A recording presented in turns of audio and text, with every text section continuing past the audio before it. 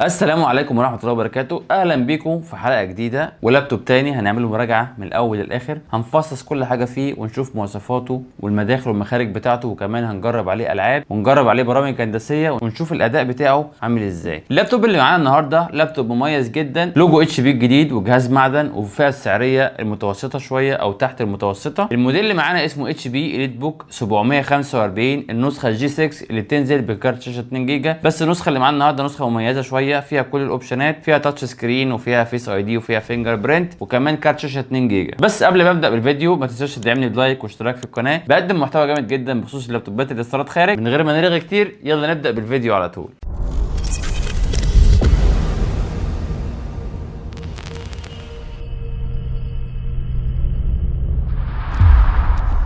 اول حاجه هنبدا بيها هو التصميم وشكل اللابتوب. شكل اللابتوب زي ما انت شايف كده شكله جامد جدا. اللون بتاعه اللون المميز السيلفر، عشان الناس كلها طبعا ملت من اللون الاسود. ده اللون السيلفر اللي الناس كلها بتحبه، وكمان مع لوجو اتش بي الجديد. عندنا لوجوهات اللي هي الاجهزه بتاعه البرو بوك او الاليت بوك القديمه اللي هو اللوجو القديم. بعدين نزل لوجوهات اتش بي اليت بوك اللي هي اللوجو الحديث ده. طبعا في فئات جيمنج اللي هي الاتش بي فيكتوس اللي هو عليه حرف الفي من ورا، وفئه الزد بوك اللي عليه حرف الزد من ورا. شركه اتش بي مشهوره انها بتطور في اللوجو بتاعها او الشكل العام بتاعها. خامه اللابتوب كلها من المعدن زي ما انت شايف كده، ما فيهوش اي حاجه بلاستيك، ما فيش بس غير المسطره دي اللي هي تحت الشاشه دي بتبقى بلاستيك. بينزل معانا بكيبورد بينور زي ما انت شايف كده، وفي الماوس ده اللي هو اسمه بوينتر، ده ماوس ما حدش طبعا بيستخدمه. وده التاتش باد بتاعته، فيها الزراير هنا من تحت وفيها الزراير من فوق للبوينتر. في ناس ما بتحبش الزراير اللي فوق دي، وفي ناس ما اعرفش بيستخدموها في ايه، بس معظم الناس بتحب اللي هو ما فيهوش زراير اصلا، بيبقى تاتش باد شكلها شبه الابل بالظبط او شبه الماكات. كمان النسخه دي فيها فينجر برينت زي ما انت شايف كده، وفيها كمان فيس اي دي، وفيها لوك هنا للكاميرا لو انت عايز تقفل الكاميرا عشان ما حدش يخترقها. وفيها كمان اللوجو اتش بي موجود من هنا وموجود من ورا. اللابتوب طبعا من الظهر بتاعه هتلاقي فيه هنا 4 كاوتشات دول عشان يسندوا اللابتوب، عشان لو انت قاعد على مكتب ما يتهزش معاك. وكمان في فتحات تهويه من تحت هنا، وفي فتحه تهويه من الجنب. والجهاز ما شاء الله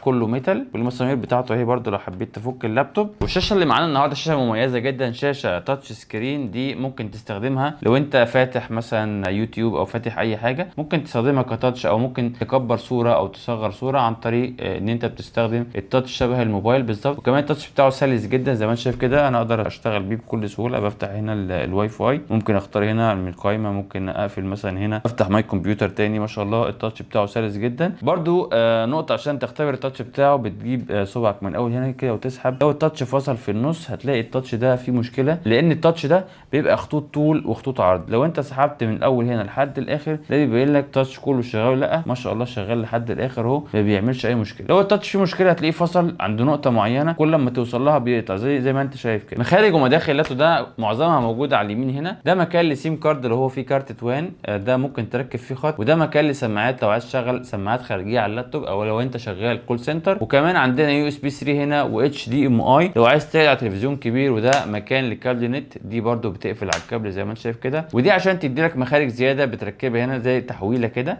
تدي لك مخارج يو اس بي مخارج لان. وده مكان للتايب سي، ممكن تشحن بيه اللابتوب او توصل بيه داتا للموبايل. وده مكان الشحن بتاعه، بياخد شاحن 65 واط. من ورا طبعا ما فيش اي مداخل او مخارج، هتلاقي كلمه بس اليت بوك موجوده هنا. في الجنب الثاني هتلاقي ده اللوك بتاعه، ده عشان لما بيتعرض في محلات بيعملوه بلوك كده شبه الجنزير بالظبط، بس هو ايه واير يعني. وكمان مكان للتهويه بتاعته ويو اس بي 3 تاني، وده بيقولوا عليه مكان لفيزا بس طبعا ما حدش بيستخدمه. من ورا زي ما انت شايف كده هتلاقي التهويه بتاعته. والجهاز زي ما انا قلت كده في الاول ان هو ميتال مش بلاستيك. شكله جامد جدا، وزنه خفيف، نازل بشاشه 14 بوصه بجوده صوره فول اتش دي، ودي اي بي اس تقدر تشوفها من اي زاويه، وكمان تاتش سكرين. بعد ما شفنا المداخل والمخارج بتاعه اللابتوب وحجم الشاشه وجربنا التاتش بتاعه وشفنا شكل الكيبورد والتاتش باد بتاعته، نيجي بقى لاهم حاجه وهي المواصفات بتاعه اللابتوب ده. بس قبل ما اوريك مواصفات اللابتوب ده ما تنساش تدعمني بلايك واشتراك في القناه عشان يوصلك كل جديد. بقدم محتوى جامد جدا بخصوص اللابتوبات اللي استيراد خارج. وزي ما قلت لكم اسرع طريقه تجيب بيها مواصفات اللابتوب، هتدوس على علامه الويندوز وحرف الاكس وتدوس حرف التي، هيجي لك هنا حاجه اسمها تاسك مانجر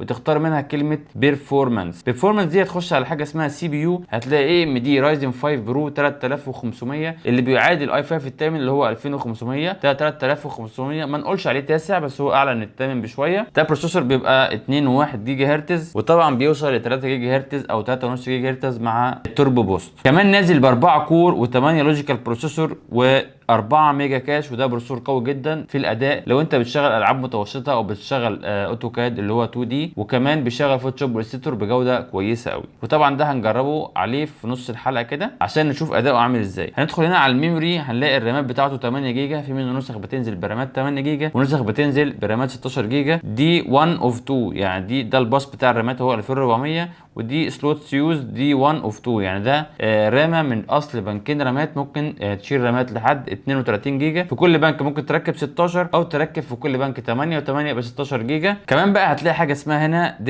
ديسك ده اللي هو الاس اس دي بتاعه، مكتوب هنا اس اس دي 256 جيجا بايت. وطبعا اللابتوب قابل للزياده، ممكن تخليه 512 او 1 تيرا زي ما انت عايز. طبعا ده بيفرق معاك في التكلفه بتاعه اللابتوب. هنخش بقى على اهم حاجه وهي الجي بي يو اللي هو كارت الشاشه. كارت الشاشه هنا اسمه اي ام دي راديون فيجا 8، وده الاساسي بتاعه 2 جيجا بايت زي ما انت شايف كده، بيوصل ل 5 جيجا بايت وده مع الشير ميموري. بس الكارت الاساسي الفعلي بيبقى 2 جيجا بايت اب تو 5 جيجا. الاساسي 2 جيجا، شايف لك الاساسي بتاعه 5 جيجا، وطبعا دي كلام بيبيعوا بيه، انما الاساسي بتاعه بيبقى 2 جيجا شيرد اللي هو اب تو 5 جيجا مع رامات 8. كل ما تزود رامات كل ما يديك كفاءه اعلى في كارت الشاشه. بعد ما شفنا مواصفات اللابتوب من جوه، شفنا رامات كام وهارد كام والفيجا بتاعته ايه، وجه ميعادنا بقى اننا نفتح اللابتوب من جوه ونشوف فيه ايه وبتركب فيه كام رامه وفيه كام بنك رامات وبطاريته شكلها عامل ازاي وكارت الواي فاي بتاعته عامله ازاي. بس قبل ما افتح اللابتوب من جوه ما تنساش تعمل لايك واشتراك في القناه عشان يوصلك كل جديد. بقدم محتوى جامد جدا بخصوص اللابتوبات اللي صارت خارج. ويلا بينا نفتح اللابتوب من جوه ونشوف فيه ايه. هنقلب اللابتوب بس نعمله شات داون الاول كده، ويندوز واكس يو ده هيعمل لك شات داون، اسرع شات داون ممكن تشوفه في حياتك. هتقلب اللابتوب كده من ورا وتجيب المفك بتاعك تيجي تفك. بسم الله الرحمن الرحيم. هتلاقي مسمارين هنا مهمين جدا، دول محدش بياخد باله منهم، لونهم اسود ودول مدفونين جوه هنا، دول برضو لازم تفكهم عشان الظهر يطلع معاك. ودلوقتي فتحنا اللابتوب من جوه، الظهر بتاعه زي ما انت شايف كده معدن اهو. عندنا هنا الهارد بتاعه الاس اس دي 256 جيجا، ودي الرامه بتاعته 8 جيجا ممكن تشيلها وتركب 16 جيجا. بس هنرفع البطاريه اول حاجه زي ما انت شايف كده. رفعنا سوكت البطاريه كده، بقى تقدر تفك اي حاجه او تركب اي حاجه زي ما انت عايز. دي بطاريه الوقت والتاريخ بتبقى 5 فولت، ودي السماعات بتاعته زي ما انا قلت لك من فوق هنا، لو عايز تغيرها بتشيل السوكت ده ما فيهوش كارت الوان اللي انا اتكلمت عليها في الاول اللي هي بتاعه الخط، نازل من غير كارت الوان. ودي كارت الواي فاي بتاعته، ودي مروحه، وده البروسيسور بتاعه. وكارت الشاشه بيبقى مدمج في البروسيسور الاي ام دي. هنلاقي السخونيه بتاعته بتطلع من هنا تمشي في القناه دي لحد ما توصل وتطلع من فتحات التهويه دي، فهتلاقي جزء كبير من الحته دي بيسخن، وكمان السخونيه بتطلع من الحته اللي فيها تهويه. فما تقلقش من اي سخونيه لان اللابتوب ده ما شاء الله تبريده قوي جدا. البروسيسور بتاعه مش بيسخن الدرجه اللي بالك فيها، وكمان تبريده كويس، والخامه بتاعته كلها من المعدن. دي البطاريه بتاعته، البطاريه الاوريجينال زي ما انت شايف كده، دي ثمنها حوالي من 800 ل 1100 جنيه لو انت حبيت تغيرها في اي وقت. بس ما شاء الله اللابتوب سيمبل من جوه زي ما انت شايف كده. البورده بتاعته الله اكبر كبيره جدا واخد اللابتوب كله، غير اللابتوبات اللي بتنزل من الصين لمصر بتبقى البورده بتاعتها قد كده هو، والجهاز كبير جدا، وطبعا خامته رديئه جدا من البلاستيك. هنقفل البطاريه تاني من هنا كده ونركب الظهر بتاعه. الظهر بيركب من تحت لفوق، فيه كليبسات من هنا كده. بسم الله الرحمن الرحيم. بعد ما قفلنا اللابتوب هنرجع نشغل اللابتوب تاني ونشوف اداؤه عامل ازاي في الالعاب والبرامج التصميم زي الفوتوشوب والإليستريتور وكمان الاوتوكاد. اللابتوب فتح معانا ونزلنا عليه اوتوكاد 2020 وما شاء الله شغال كويس جدا. انا ماليش في تصميمات الاوتوكاد قوي، بس ما شاء الله اداؤه كان كويس بالنسبه لي، مفيش اي تهنيج او اي لاج. اي نعم تصميم بسيط، بس ان شاء الله في التصميمات الثقيله يشتغل كويس. وكمان جربنا عليه فوتوشوب والإليستريتور والاثنين شغالين مع بعض، وطبعا مفيش اي تهنيج او اي لاج. بس ده للناس اللي هي بتعمل تصميمات فوق المتوسطه بشويه، ما تكونش تصميمات تقيله جدا او عايزه لابتوب سعره اغلى من كده. وطبعا ما تقارنش اللابتوب ده بلابتوب ثمنه 40 او 50 الف جنيه، ده في الفئه السعريه اللي هي تحت المتوسطه شويه. وكمان في كارت شاشه بيشغل العاب متوسطه وبرامج هندسيه وبرامج تصميم. الفوتوشوب زي ما انت شايف كده شغال كويس جدا، هو الستريتور من غير اي تهنيج او لاج، تعرف تبدا عليه تصميمات. او لو انت شغال في شركه وعايز تشتغل تصميمات عليه، اللابتوب ده مش هيأثر معاك، وده على ضمانتي انا شخصيا هيشتغل كويس قوي. ودلوقتي جه ميعادنا لعيوب وميزات اللابتوب ده. اول حاجه انا شايفها ميزه فيه ان اللابتوب وزنه خفيف، وكمان في كارت شاشه ومتوسط سعره قليل بالنسبه للمواصفات اللي فيه، لان لابتوب تاتش سكرين وفي كارت شاشه 2 جيجا وفي فينجر برينت وفيس اي دي وكمان كيبورد لايت، ووزنه خفيف وشكله حلو وكمان معدن في الفئه السعريه دي اللي انا لسه هجيب لك سيرتها كمان شويه. فانا شايفه كقيمه مقابل سعر جهاز كويس جدا، وخصوصا ان هو بكارت شاشه 2 جيجا. وكمان لابتوب فيه كل المخارج اللي انت ممكن تحتاجها، وكمان سعره قليل، فدي مش موجوده في اي لابتوب، وكمان